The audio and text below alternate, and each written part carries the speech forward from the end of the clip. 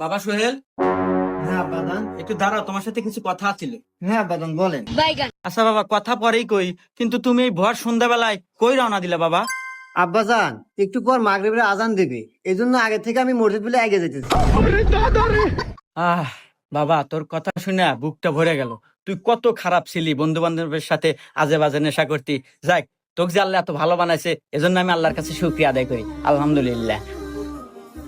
আচ্ছা আব্বা, তুমি জানি কি জানি বলতে চাইলে, ওটা একটু বলো, নইলে আবার আজান দিয়ে দিবে, আমার মসজিদে যাওয়া লাগবে। ও আচ্ছা বাবা, ঠিক আছে। ওই যে তোর মার না খুব অসুস্থ, একটা টাকা লাগতো, একটু ওষুধ আনতাম।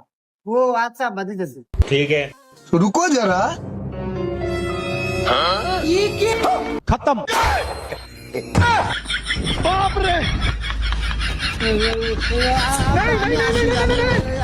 আসি।